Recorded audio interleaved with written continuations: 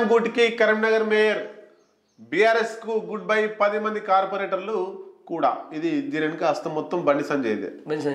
అంటే బీఆర్ఎస్ లో ఉంటే ఇక బీఆర్ఎస్ లేస్తుందో లేదో, పార్టీకి మళ్ళీ మనుగడ ఉందో లేదో అని చెప్పి వీళ్ళు కాంగ్రెస్ కో దేనికో పోయే ప్రయత్నంలో బండి సంజయ్ లోకల్ అయిన కాబట్టి ఖచ్చితంగా నాగరి రాదని కేంద్ర మంత్రిగా ఉన్నా మీకు ఏ నిధులు అంటే నిధులు ఇస్తా, మీకు భరోసా ఇస్తా, బీజేపీకి రాదని చెప్తే నేనే టికెట్ ఇప్పిస్తా అని చెప్పేసి ఏదో మొత్తం మీద చెప్పి బీజేపీకి తీసుకొచ్చిండు.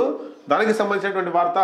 Karimnagar municipal corporation mayor Yadagiri Sunil Rao BRS పార్టీకి గుడ్ బై చెప్పి బీజేపీలో చేరేందుకు రంగం సిద్ధం చేసుకున్నారు. ఆయనతో పాటు 10 మంది కార్పొరేటర్లు కూడా బీఆర్ఎస్ ను వీడనున్నారు.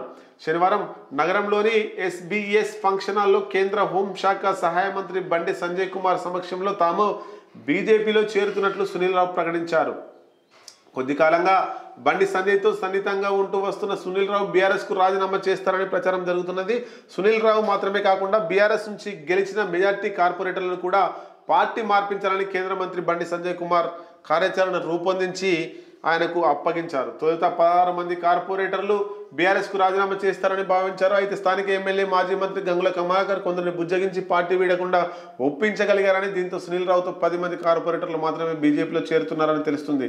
ఈ నెల 28తో కరీంనగర్ కార్పొరేషన్ పాలకవర్గ పదవికాలం ముగియడంతో ఆలోపే బీఆర్ఎస్ కు తాము రాజీనామా చేస్తున్నట్లు షాక్ ఇవ్వనున్నారు. మొత్తం మీద బీఆర్ఎస్ కు రాజీనామాల పర్వం మొదలైంది.